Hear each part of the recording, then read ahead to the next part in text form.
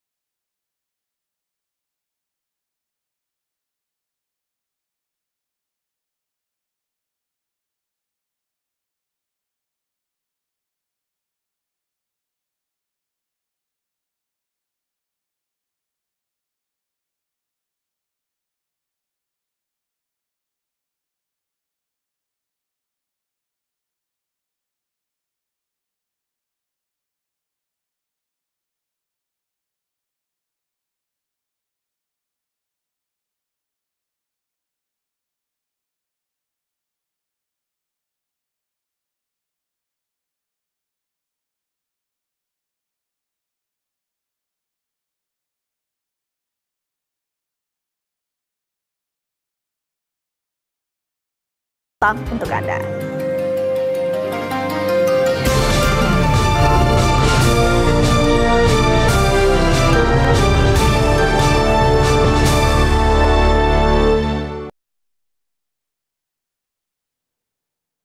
Pemirsa, tinggi muka air Sungai Ciliwung di Bendung Katulampa, Bogor, Jawa Barat pada Rabu sore terpantau berada di ketinggian 50 cm dengan status siaga 4. Dengan ketinggian 50 cm ini, debit air yang mengalir ke kawasan Depok, Bogor, dan Jakarta mencapai 35,876 ataupun 35.876 liter per detik. Tinggi muka air di Bendung Katulampa sangat dipengaruhi cuaca di kawasan Puncak dan Bogor. Jika intensitas hujan tinggi terjadi di kawasan Puncak, maka kenaikan tinggi muka air akan terjadi. Sebelumnya, pada Selasa pagi, ketinggian muka air mencapai 90 cm dengan status siaga 3. Kemudian berangsur-angsur turun pada Rabu pagi tadi menjadi 50 cm dengan status siaga 4 sampai dengan sekarang.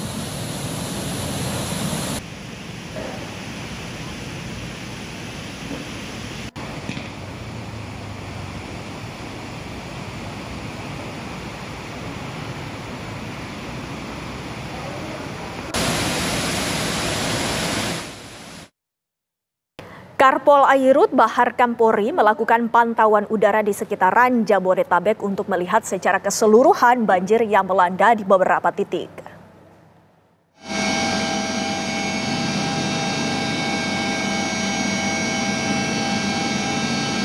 Pantauan udara yang berlangsung pada Rabu pagi dimulai dari Pondok Gede, Cikeas, Jati Asih, hingga ke Kampung Melayu dan daerah sekitaran Jakarta lainnya.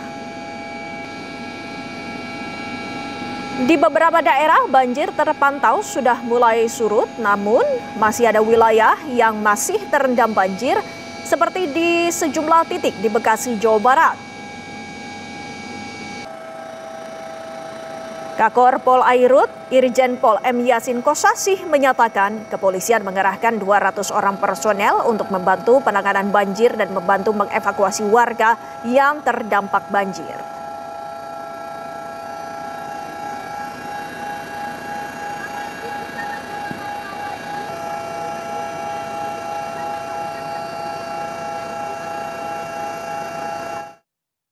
Hingga Rabu pagi, sejumlah titik di Jalan Kebun Pala, Kampung Melayu Jati, Negara Jakarta Timur masih tergenang banjir. Namun ketinggian air sudah mulai surut. Permukiman warga di Kebun Pala 2 masih tergenang banjir. Ketinggian air diperkirakan sekitar 50 hingga 75 cm. Pada sejumlah titik di permukiman ini, banjir juga sudah mulai surut, sehingga warga mulai membersihkan rumah mereka. Sementara pihak kepolisian bersama BPBD telah membuat tempat evakuasi yang berada di SD 01 pagi dan SD 02 petang, serta SMP Negeri 26 Jakarta Timur. Tim SAR gabungan pun telah menyiapkan perahu karet yang dapat dipergunakan warga yang rumahnya berada di lokasi yang masih tinggi dengan ketinggian airnya.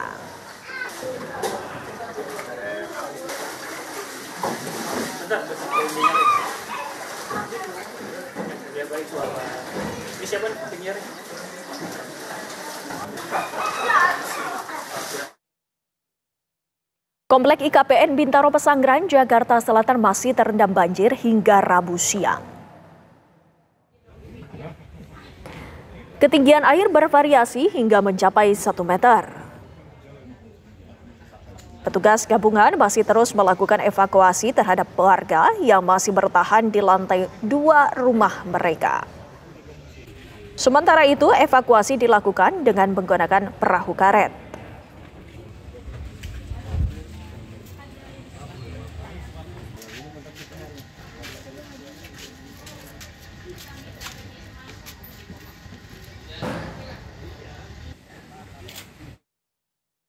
Wakil Gubernur Jakarta Rano Karno meninjau korban banjir di Lebak Bulus, Jakarta Selatan. Rano mengajak warga terdampak banjir pindah ke rumah susun yang baru selesai dibangun.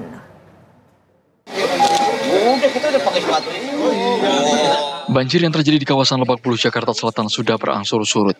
Kini warga korban banjir telah kembali ke rumah untuk membersihkan genangan maupun material sisa banjir yang masuk ke kediaman mereka. Wakil Gubernur Jakarta Rano Karno mengajak warga agar pindah ke rumah susun Jagakarsa yang sudah disiapkan. Betul. Saya selalu mensosialisasikan di kesempatan ini. Ayo kita pindah ke rusun. Kita baru kelar nih rusun di Jagakarsa. Itu ada 3 tower. Kalau dihitung mungkin 800 kamar. Dan saya minta maaf, kualitasnya sama dengan Singapura. Kalau mau pindah yuk. Oke, mereka tanya, "Bang, bayar nggak di sono?" Saya tanya, "Di sini bayar nggak?" "Bayar, Bang." "Ah, di sana juga bayar." "Berapa?" Tergantung apa yang mau diambil. Tapi rata-rata 2 kamar. Dengan semua fasilitas yang kita siapkan. Air ada, sarana olahraga ada. Cuman memang kita perlu waktu. Masyarakat Jakarta nggak terbiasa tinggal di rumah susun. Tapi kembali lagi, nggak ada cara lain. Makanya saya tadi bercanda masih Mak, sini aja dulu. Mau begini terus, jangan ngeluh ya.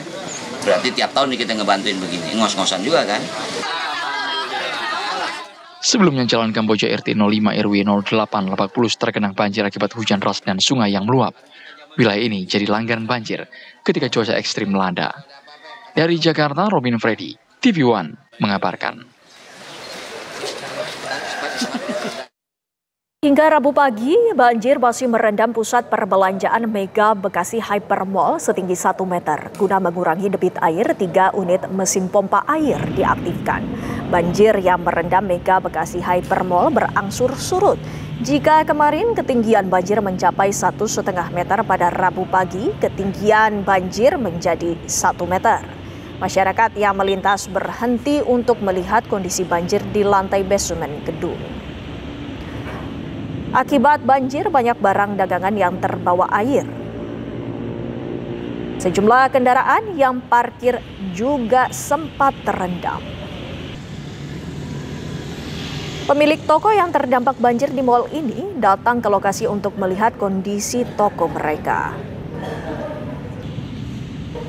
Sementara itu pemirsa, saat ini telah ada 3 unit mesin pompa air yang sedang diaktifkan guna mengurangi debit air.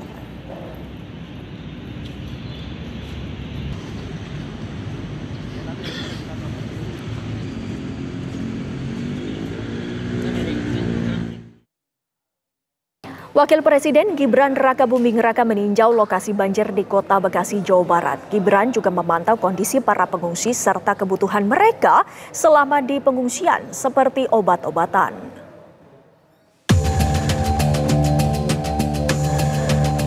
Wakil Presiden RI Gibran Rakabuming Raka mendatangi tenda pengungsian warga terdampak banjir di Pondok Gede Permai, PGP, Bekasi, Jawa Barat. Gibran didampingi Kepala Basarnas M. Syafi'i dan Kepala BNPB Suharyanto. Warga tampak senang atas kunjungan Wapres ke salah satu posko pengungsian. Wapres langsung berbincang dengan para pengungsi untuk mengetahui keadaan dan kondisi mereka. Sejumlah kebutuhan para pengungsi menjadi perhatian termasuk obat-obatan. Saat ini, banjir yang sebelumnya menggenangi Pondok Gede Permai telah surut, namun sejumlah material pasca banjir seperti lumpur masih tersisa.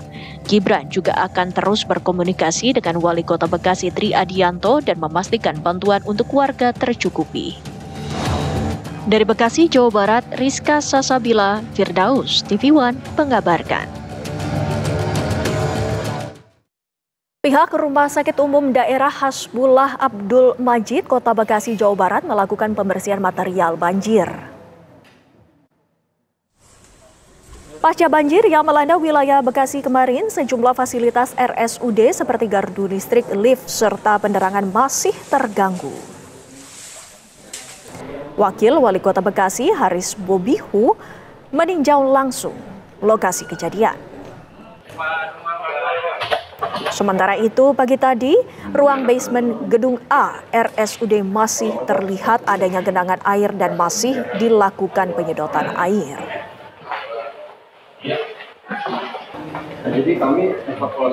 Sejumlah pasien terpaksa dirujuk ke beberapa rumah sakit lainnya seperti RSUD tipe C yang ada di Teluk Pucung, Bekasi Utara.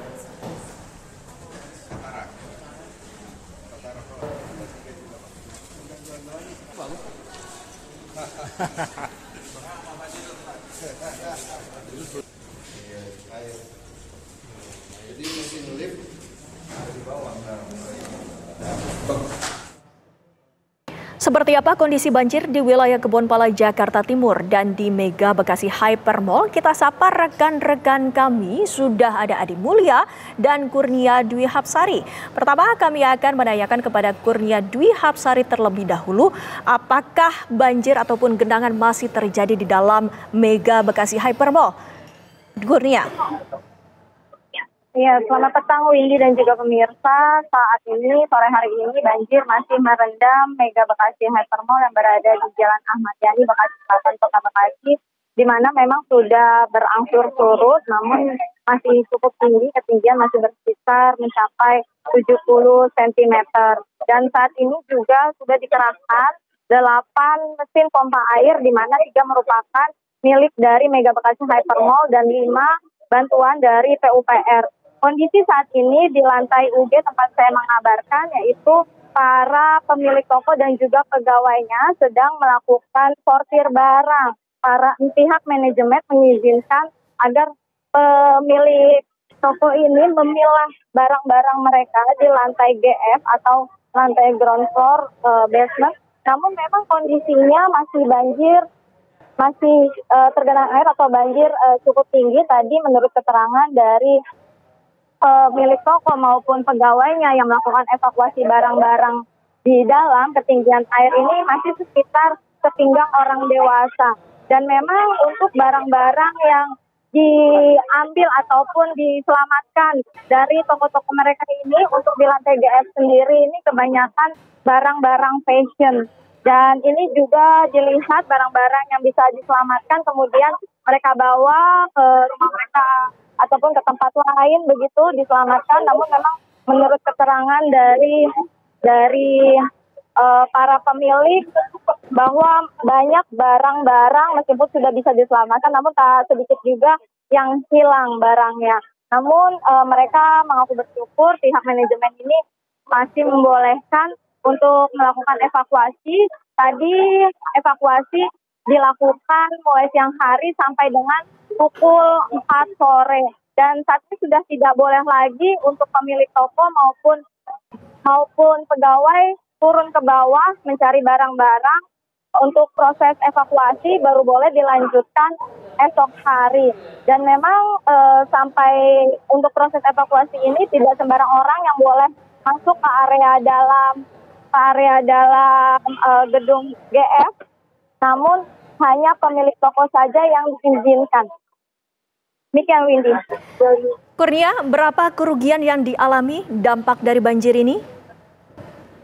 Iya, Windy dan juga pemirsa, memang kalau di lantai GF ini mayoritas berdagang fashion, di mana tadi menurut pihak manajemen ada sekitar 600 toko di bawah yang terdampak banjir dan jumlah kerugiannya memang beda-beda. Tadi saya sempat mengobrol dengan salah satu milik toko, di mana pihaknya ini baru saja berbelanja dan menghabiskan barang senilai 30 juta rupiah karena memang barang tersebut persiapan untuk lebaran, namun ternyata terendam banjir, Windy. Baik, Kurnia. Sementara itu, pemirsa, kami akan mengajak Anda untuk mengetahui apakah warga sudah mulai melakukan pembersihan material banjir di Kebonpala, Jakarta Timur. Adi?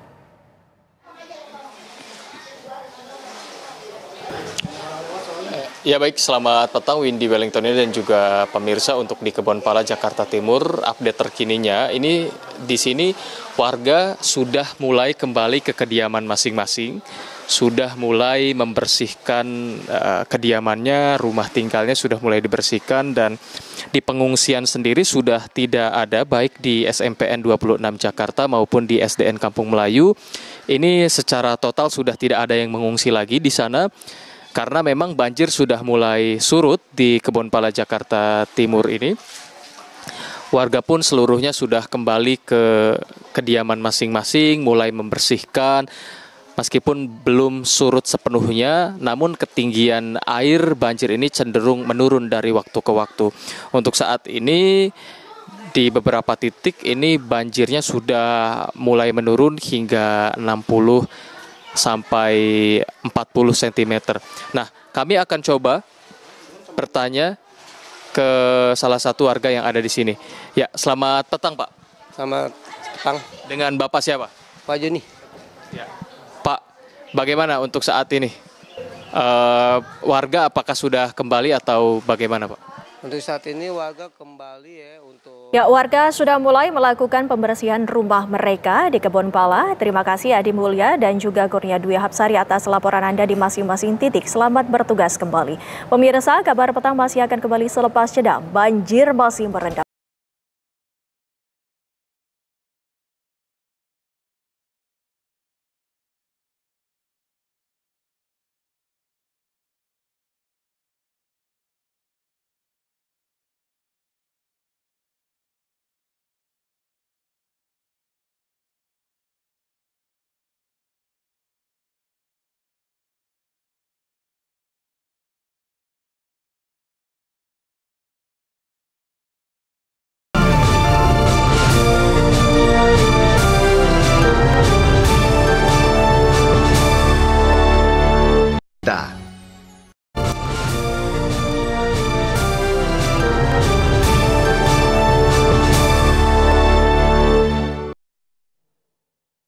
Pemirsa, banjir di Karawang masih merendam ratusan rumah warga. Bahkan pada Rabu pagi, banjir masuk ke tempat pengungsian atau tenda BNPB yang ada di halaman kantor desa Karangligar.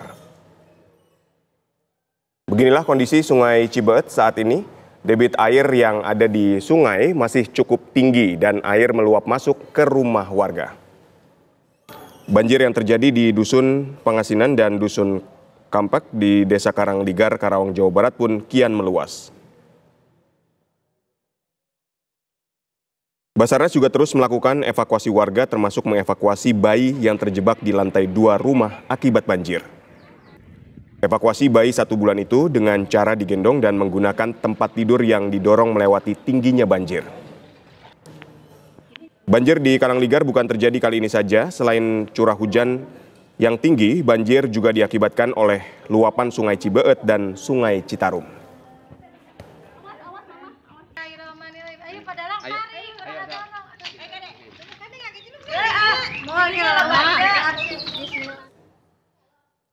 Pemirsa, lantas seperti apa kondisi terkini dari lokasi banjir di Karawang, Jawa Barat? Sudah ada rekan kami Agung Prasetyo. Selamat sore Agung, apakah banjir saat ini terus meluas? Silakan Agung. Ya, terima kasih Aditya Nugroho. Juga pemirsa, informasi terbaru terkait banjir yang melanda di wilayah Karawang, tepatnya di Dusun Pangasinan dan Dusun Kampek, Kecamatan Teluk Jambe Timur, yang mana hingga saat ini banjir masih merendam ratusan rumah warga. Dan informasi terakhir yang kami dapatkan, kini banjir merendam sekitar 167 rumah warga dan 2.562 jiwa yang terdampak. Dan saat ini kami sedang mengikuti penyisiran dengan Basarnas, kan mengingat waktu sudah sore dan dikhawatirkan ada warga ataupun masyarakat yang masih bertahan di rumahnya, karena memang di tempat kami mengabarkan ini dengan ketinggian sekitar 2 meter lebih. Dan kami akan mencoba bertanya dengan Bapak Muhammad Adib sebagai Kasih-op Basarnas Bandung untuk melakukan upaya ataupun proses evakuasi ini seperti apa, Pak? Ya, dapat saya laporkan terkait dengan evakuasi bencana banjir yang terjadi di Dusun Pangasinan, Desa Karanglikar, Kecamatan Teluk Jambe Barat, yang mana tim SAR gabungan melaksanakan evakuasi mulai dari kemarin. Pada saat ini, alhamdulillah penurunan air sudah hampir 15 cm dari tadi ketinggian hampir 3 meter yang paling dalam itu. Begitu.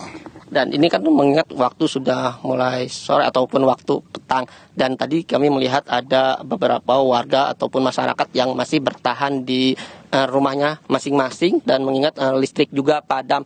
Apakah ini harus dievakuasi juga, Pak, atau gimana, Pak? Ya, untuk warga yang sudah kita sampaikan himbauan, kita evakuasi, namun mereka tidak mau, ya tidak bisa kita paksakan karena dengan alasan terkait dengan pengamanan barang-barang yang dimiliki.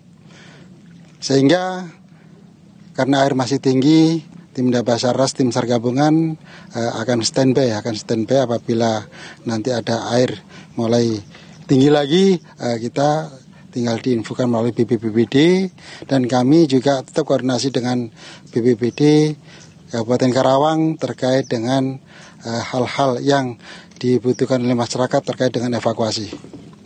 Terkait proses evakuasi ini ada yang diprioritaskan, akan tadi melihat ada balita ataupun bayi yang dievakuasi, seperti apa, Pak? Ya, terkait dengan balita atau lansia, karena kita peralatan yang kita miliki cukup ya, memiliki perahu karet dari Basarnas 2 dan sama mesin juga, dan dayung kita siapkan, sehingga dari BPBD juga menyiapkan 2 perahu, sehingga kita sangat cepat melaksanakan proses evakuasi karena kita menggunakan mesin saat ini. Hingga saat ini apakah ada kesulitan selama proses evakuasi, Pak, untuk proses evakuasi warga sendiri? Saat ini evakuasi warga itu tidak mengalami kendala ya, tidak mengalami kendala terkait evakuasi, karena air banjir ini harusnya tidak keras, sehingga kita mudah evakuasi warga. Dan sebelumnya warga juga melaksanakan evakuasi mandiri, dan dari kemarin juga tim SAR gabungan melaksanakan evakuasi. Dan hari ini hari kedua tim Basarnas Bandung melaksanakan evakuasi. Dan pada saat ini belum ada permintaan dari warga yang minta dievakuasi lagi. Ya, terima kasih banyak, Pak, atas waktunya. Dan itulah tadi wawancara kami dengan Kasih-op Basarnas Bandung terkait upaya evakuasi yang dilakukan hari ini. Dan memang tadi juga Basarnas menghimbau ke para warga yang memang masih bertahan di rumahnya ataupun di lantai 2 untuk pergi di tempat pengungsian, namun masih ada yang bertahan. Selain itu juga memang untuk kondisi banjir ataupun ketinggian air yang saat ini yang terjadi di Dusun Pangasinan ini bervariatif, mulai dari 30 cm, bahkan yang untuk paling dalam ini sampai 3 meter. Dan tidak hanya rumah juga, banjir juga ini merendam beberapa fasilitas lainnya seperti sekolah, masjid, musola, dan tempat-tempat madrasah Dan dapat kami informasikan ya, juga. Baik Agung, itu tadi ya kita sudah mendapatkan poinnya. Banjir. Artinya ketinggian banjir di tempat Anda mengabarkan berkisar antara 30 sampai 3 meter. Dan proses evakuasi juga masih terus dilakukan. Sebagian warga memilih untuk bertahan di rumah untuk menjaga harta bendanya. Terima kasih Agung Prasetyo telah menginformasikan kepada kami. Selamat kembali bertugas. Pemirsa, polisi di Sidoarjo berhasil menangkap 134 pelaku pengedar narkoba berikut 2,3 kg sabu dan ratusan butir pil ekstasi senilai total 10,9 miliar rupiah. Di Bandar Lampung, polisi menggerebek kamar indekos yang dijadikan gudang penyimpanan narkotika dan membongkar sindikat hingga bandarnya.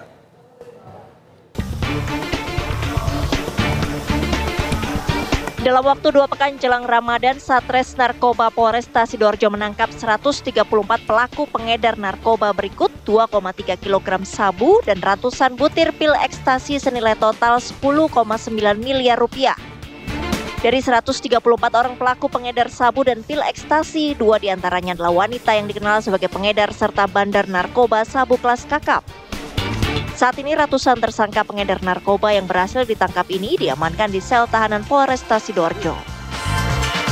Mengungkap kasus dan pemberantasan penyalahgunaan narkoba ini, Polresta Sidoarjo telah menyelamatkan 61.000 jiwa dengan nilai ekonomis barang bukti mencapai 10,9 miliar rupiah.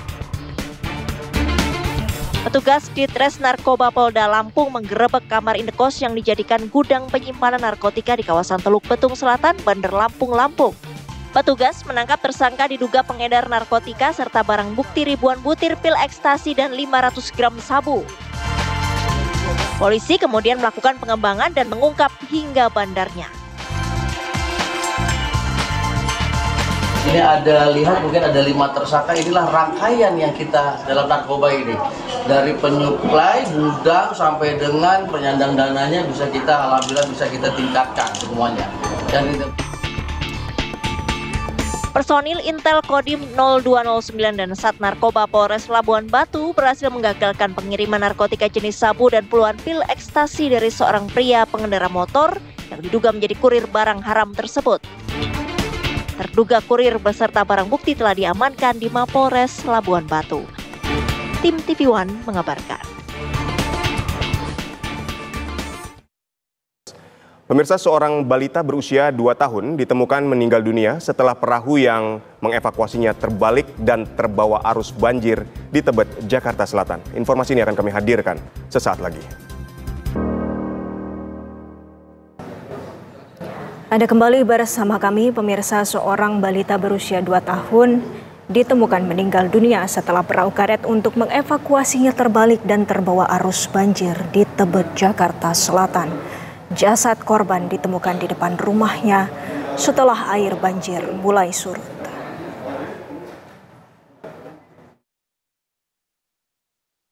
Inilah proses pencarian seorang balita berusia 3 tahun yang hanyut terbawa arus banjir di Kebon Baru, Tebet, Jakarta Selatan.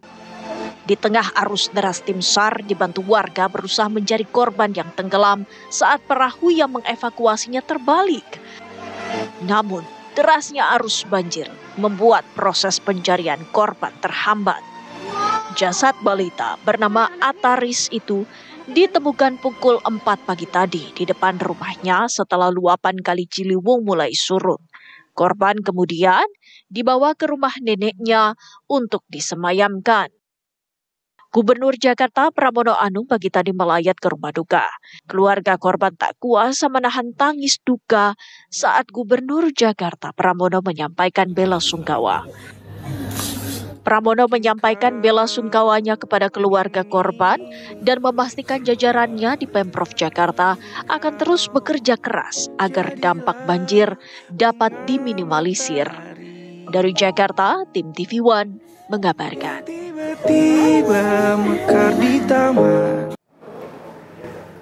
Dan untuk mengetahui kronologi kejadian, kita sudah tersambung dengan Ibu Siti Mulatifah selaku tante dari balita Ataris Al-Saki.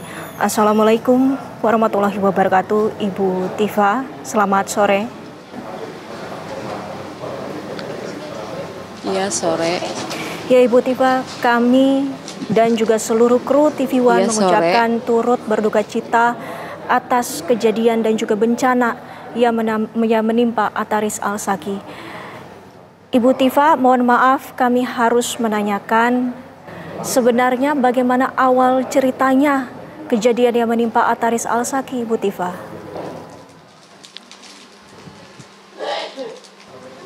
Awal mula ceritanya dia mau keluar, dievakuasi sama damkar. Ternyata kan karena di gang itu arusnya kencang, damkar tidak bisa evakuasi. Terjadilah perahu kakak ipar saya terbalik. Ibu Tifa, kami kan melihat dari gambar ini memang banjir begitu tinggi. Saat itu keluarga dari Ataris ini sendiri berada di lantai atas, Bu. Iya. Dan bagaimana akhirnya keluarga dan juga Iya, benar, di lantai atas. Almarhum itu naik perahu?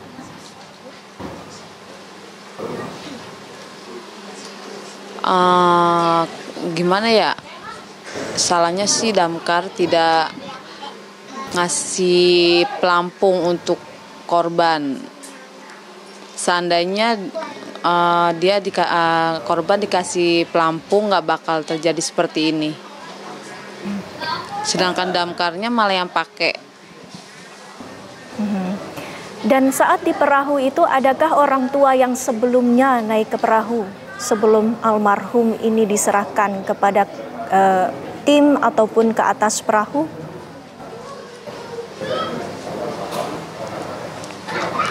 Emang pas naik perahu itu ya sekeluarga aja. Siapa yang pertama naik ke perahu? Adakah orang tua? Tidak ada lagi. Kakak ipar saya. Kakak ipar ibu berarti ayahanda. Yang di perahu itu ada kakak ipar dan sama anak 2. Jadi suaminya kakak ipar abang saya. Lantas setelah itu almarhum ditemukan, bagaimana kondisinya? Alhamdulillah dia baik-baik aja, tidak ada luka dan tidak membekak di badannya.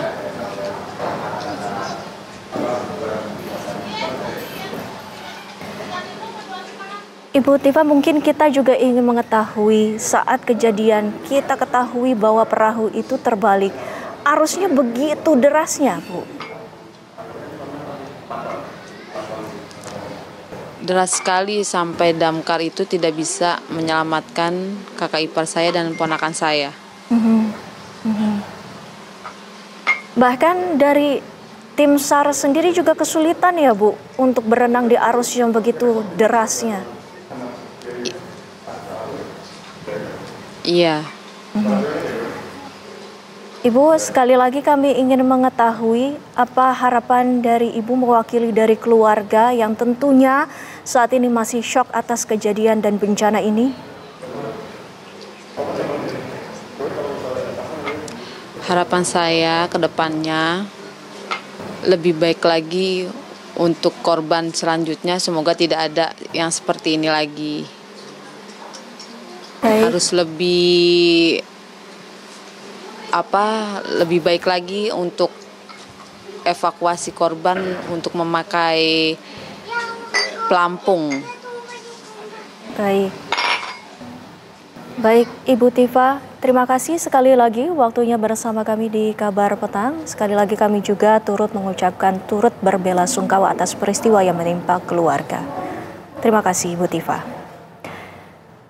Pemirsa, pemerintah memastikan harga pangan stabil dan pasokan aman selama bulan Ramadan dan Lebaran. Usai jeda, kami akan kembali dengan wawancara khusus kami dengan Menteri Pertanian Andi Amran Sulaiman.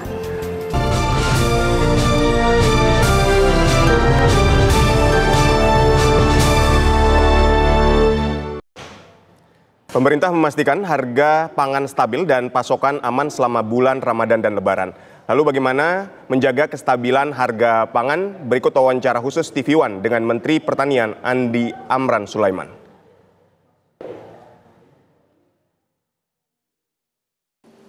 Pemirsa, memasuki bulan suci Ramadan, kenaikan harga pangan sudah mulai terjadi di sejumlah daerah. Lantas bagaimana dengan yang dilakukan pemerintah untuk menstabilkan harga? Saya akan ajak Anda berbincang langsung dengan Menteri Pertanian Bapak Amran Sulaiman. Apa kabar Pak Menteri? Baik. Sehat ya Pak? Alhamdulillah sehat. Alhamdulillah. Pak, kemarin ketika sidak di lapangan, harga-harga seperti apa? Sudah normal? Sudah tidak lagi menjerit? Kelihatan saat ini harga-harga relatif stabil, kelihatan agak naik adalah cabai. Iya.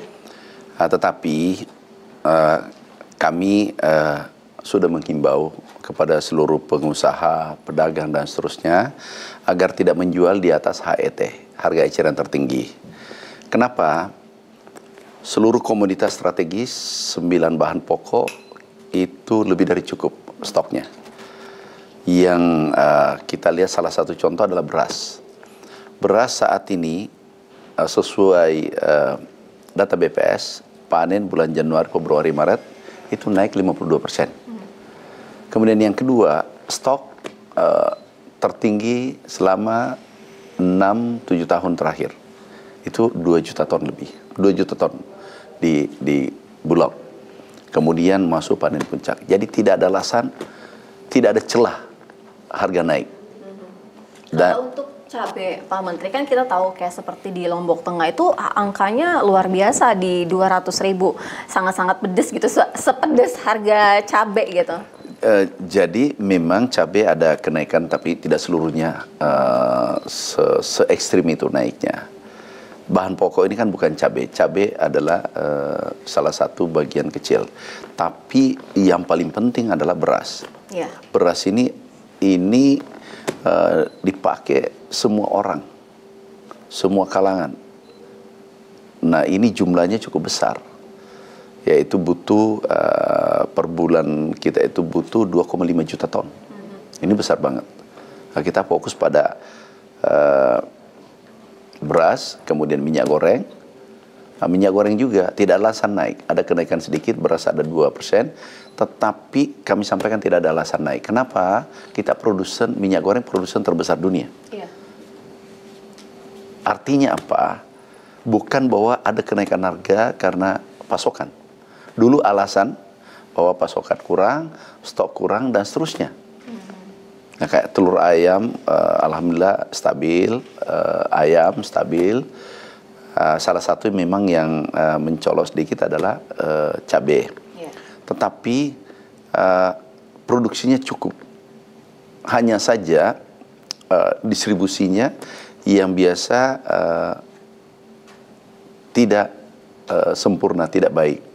Salah satu contoh, kalau aku tanya balik, beras kenapa naik 2%? Padahal harusnya turun kan, karena di tingkat petani turun. HPP, pembelian harga pemerintah yang sudah ditetapkan, itu HPP, itu masih di bawah HPP. Kalau average seluruh Indonesia itu seluruhnya di bawah HPP.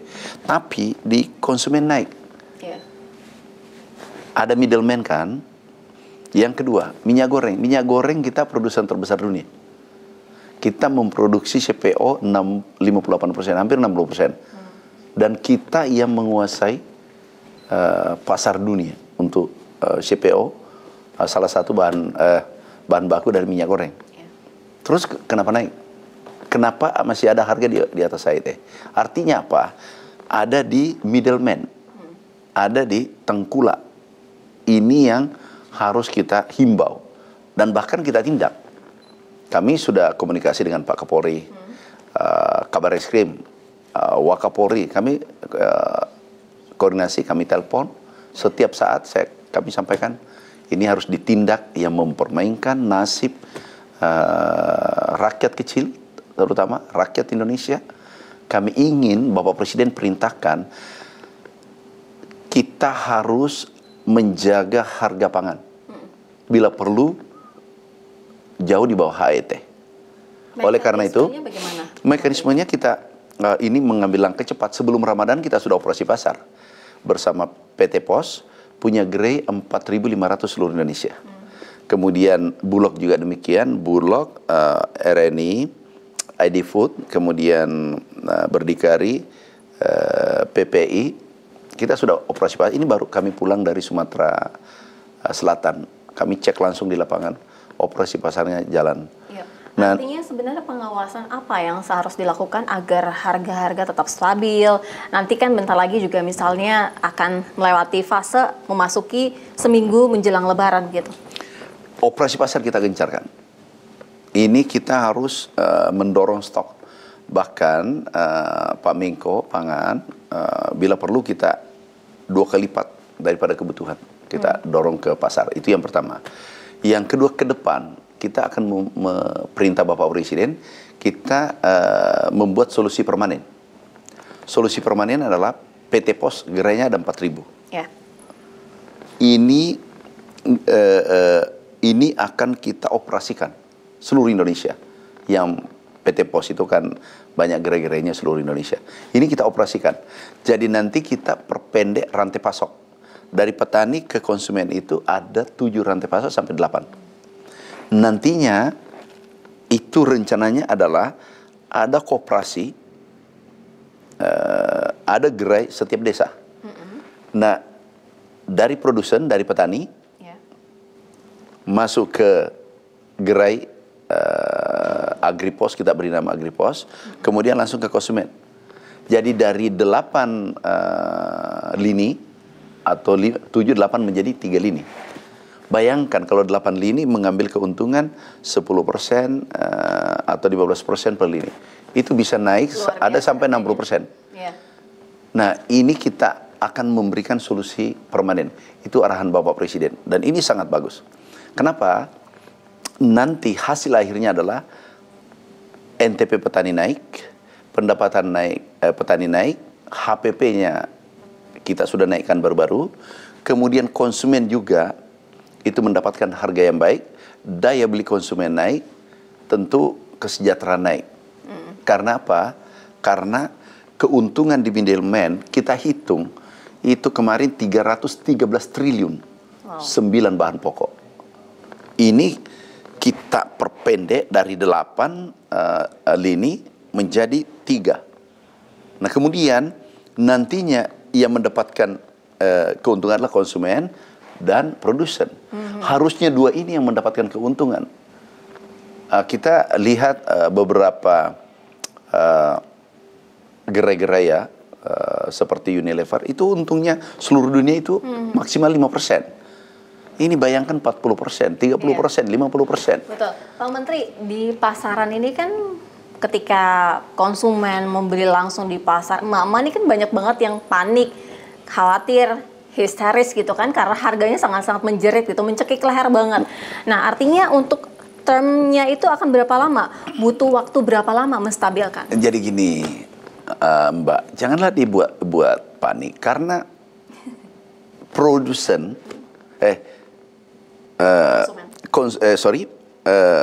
stok yang ada itu lebih dari cukup, tertinggi.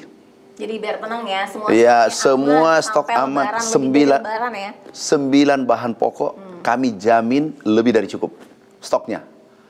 Telur, ayam, minyak goreng, beras. Kita lihat negara tetangga. Baru saja kami baca di Jepang harga beras 86.000 per kilogram. Malaysia rebutan beras, Indonesia lebih dari cukup. Jangan dibuat panik. Kami jamin sebagai Menteri Pertanian, kami jamin stok lebih dari cukup. Minyak goreng kita produsen terbesar dunia. Beras, alhamdulillah, kenaikannya kata BPS baru-baru diumumkan tertinggi selama 7 tahun terakhir. Tertinggi produksinya sampai angka sementara ya, itu sampai April. Ya. Pak Menteri, kalau tadi malam apa saja yang diberikan arahan oleh Pak Presiden?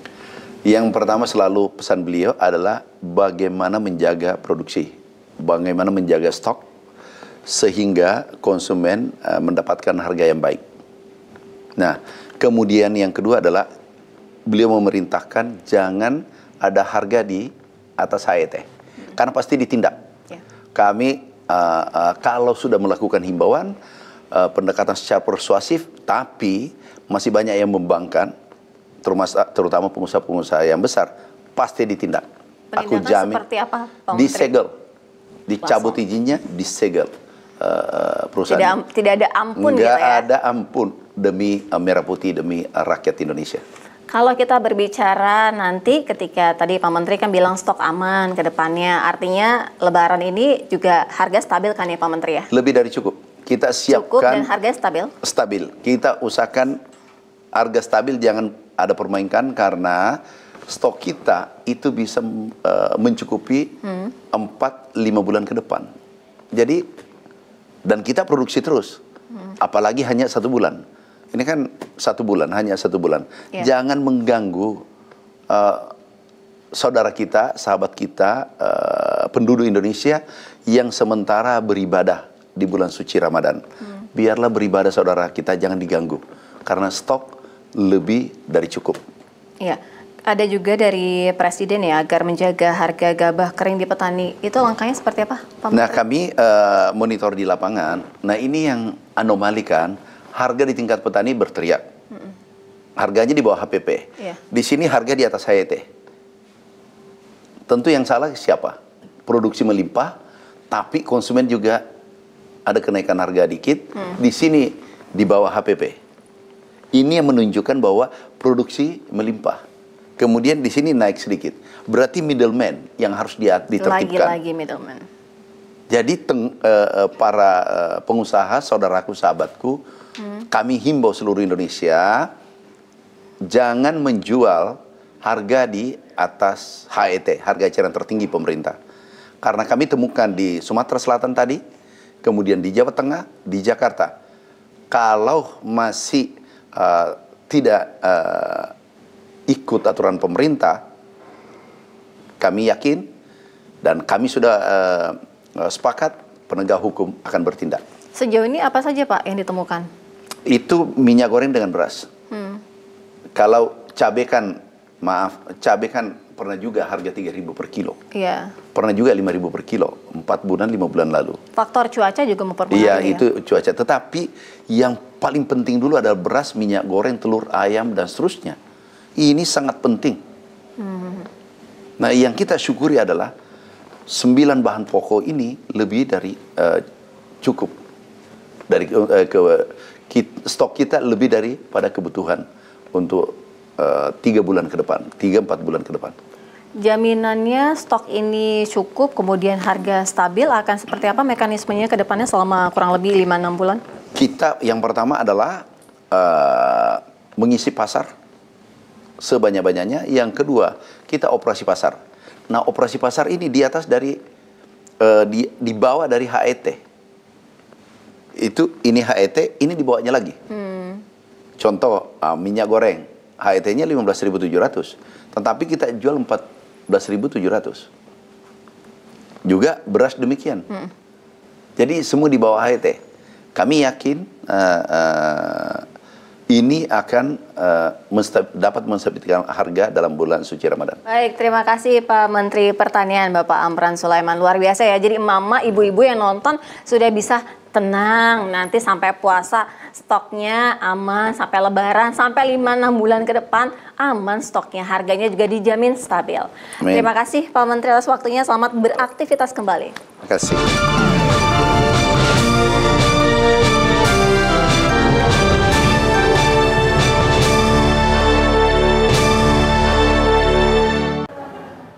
Sejumlah oknum petinggi Pertamina dan rekanan diduga berkong kali kong dan memainkan tata kelola minyak mentah yang merugikan uang negara triliunan rupiah. Skenario mereka terkesan alami walau ditengarai sebagai upaya memperkaya diri. Seperti apa modus mereka selengkapnya dalam Benang Merah Bermain Celah di Minyak Mentah.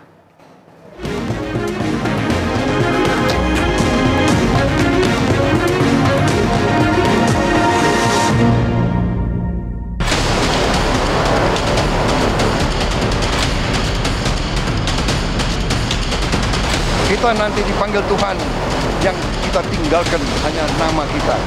Apa nama baik atau nama tidak baik.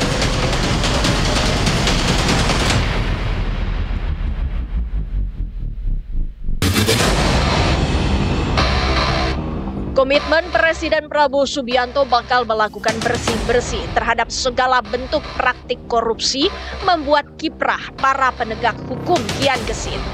Kejaksaan Agung pun kembali unjuk gigi, mengungkap kasus dugaan korupsi tata kelola minyak mentah dan produk kilang di Pertamina periode 2018 hingga 2023. Para pelaku culas mengincar celah impor, mempermainkan harga. Itu 5 tahun, sejak tahun 2018 sampai dengan 2023, ya. Itu sekarang penyidikan sedang berlangsung, ya. Adapun modus yang sampai saat ini ditemukan oleh penyidik, yang pertama adalah adanya kerugian negara ekspor minyak mentah dalam negeri. Jadi ekspor minyak mentah dari dalam negeri yang tadi malam saya sampaikan bagian dari K3, ya, K3S. Penyidik Kejaksaan Agung semula menetapkan 7 tersangka kasus dugaan korupsi minyak Pertamina yang merugikan negara hingga lebih dari 193 triliun rupiah. Pengusutan lebih lanjut kemudian menetapkan 2 tersangka baru yang merupakan petinggi PT Pertamina Patraniaga. Mereka adalah Direktur Pemasaran Maya Kusmaya dan Wakil Direktur Trading Operations Edward Korne. Tersangka MK, saya singkat ya biar cepat ya, dan tersangka EJ atas persetujuan tersangka RS melakukan pembelian RON 90 atau lebih rendah dengan harga RON 92 sehingga menyebabkan pembayaran impor produk kilang dengan harga tinggi dan tidak sesuai dengan kualitas barang. Tersangka MK dan EJ melakukan pembayaran impor produk kilang yang seharusnya dapat menggunakan metode term atau pemilihan langsung dalam waktu jangka panjang sehingga diperoleh harga yang wajar, tetapi dalam pelaksanaannya menggunakan metode spot atau penunjukan langsung harga yang berlaku saat itu sehingga PT Pertamina Patraniaga membayar impor produk kilang dengan harga yang tinggi kepada mitra usaha atau DEM. Ihwal kasus dugaan korupsi yang merugikan negara hingga lebih dari 193 triliun rupiah itu salah satunya dengan merekayasa produksi kilang agar tidak memenuhi target sehingga mendapat persetujuan impor minyak. Rifa Siahaan, Sani Dinar Saifuddin, dan Agus Purwono ditengarai sebagai dalangnya. Saat bersamaan, ketiganya juga diduga menciptakan keadaan seolah ada penolakan produksi minyak mentah dalam negeri oleh kontraktor. Dihadapkan pada ketersediaan yang dipandang tidak mencukupi, impor pun ditempuh. Praktik lancung yang dilakukan ketika tersangka berlanjut impor dijalankan dengan lebih dulu mengondisikan pemenang demut atau broker minyaknya. Kerugian negara akibat impor minyak mentah melalui demut atau broker. Jadi pada saat yang sama bagian K3S itu dijual ke luar negeri dengan alasan harganya tidak masuk HPS, ya, melebihi HPS, kualitasnya tidak sama, tapi pada saat yang sama, waktu yang sama, justru Pertamina mengimpor minyak mentah dari luar negeri yang harganya 3 kali lipat lebih tinggi daripada minyak mentah yang diekspor. Begitu impor dijalankan, ratusan triliun rupiah jadi bancakan. Laku culas turunannya yakni terjadinya markup atau penggelembungan harga kontrak pengiriman minyak impor dengan tambahan fee antara 13 sampai dengan 15%. Tersangkanya yaitu Direktur Utama PT Pertamina International Shipping Yogi Finandi dan Beneficial Owner PT Navigator Katulistiwa Muhammad Keri Andrianto Riza. Alhasil, harga impor dipatok tinggi melalui mekanisme persekongkolan. Tersangka MK dan tersangka EC mengetahui dan menyetujui adanya markup kontrak shipping atau pengiriman yang dilakukan oleh tersangka YF selaku Direktur Utama PT Pertamina International Shipping, sehingga PT Pertamina Patraniaga mengeluarkan fee sebesar 13% sampai dengan 15% secara melawan hukum. Dan fee tersebut diberikan kepada tersangka MKAR selaku beneficial owner PT Navigator Katulistiwa dan tersangka DW selaku komisaris PT Navigator Katulistiwa. Meredakan kegaduhan, pihak PT Pertamina Persero menyampaikan permohonan maaf atas terjadinya kasus korupsi tata kelola minyak mentah dan produksi kilang. Pertamina menegaskan komitmennya untuk memperbaiki tata kelola perusahaan dan mendukung langkah hukum yang tengah berlangsung. Sekali lagi, mewakili keluarga besar Pertamina, kami menyampaikan permohonan maaf yang sebesar-besarnya kepada seluruh rakyat Indonesia. Kami akan terus berkomitmen untuk melakukan dan memperbaiki agar supaya tata kelola Pertamina jauh lebih baik. Kasus korupsi di Pertamina bukan sekali, dua kali ini saja mengemuka. Sederet praktik culas pernah membelit perusahaan minyak plat merah itu seperti pengadaan LNG, perdagangan minyak mentah dan produk kilang Pertamina Energy Service hingga menyangkut pengelolaan dana pensiun.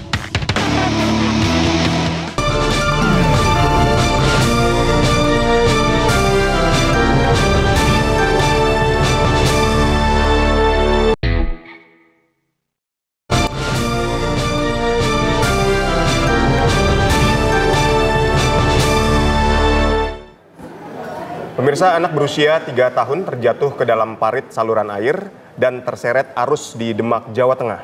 Tubuh korban ditemukan 2 km dari titik jatuhnya dalam kondisi meninggal dunia.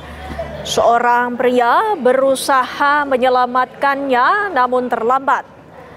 Untuk kebutuhan pencarian korban ditatangkan alat berat guna menjebol jembatan yang menutupi parit.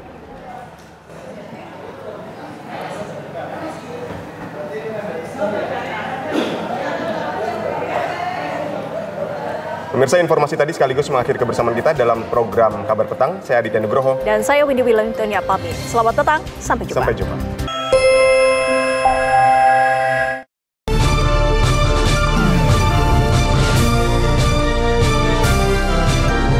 Anda baru saja menyaksikan Kabar Petang, didukung oleh Diabetasol.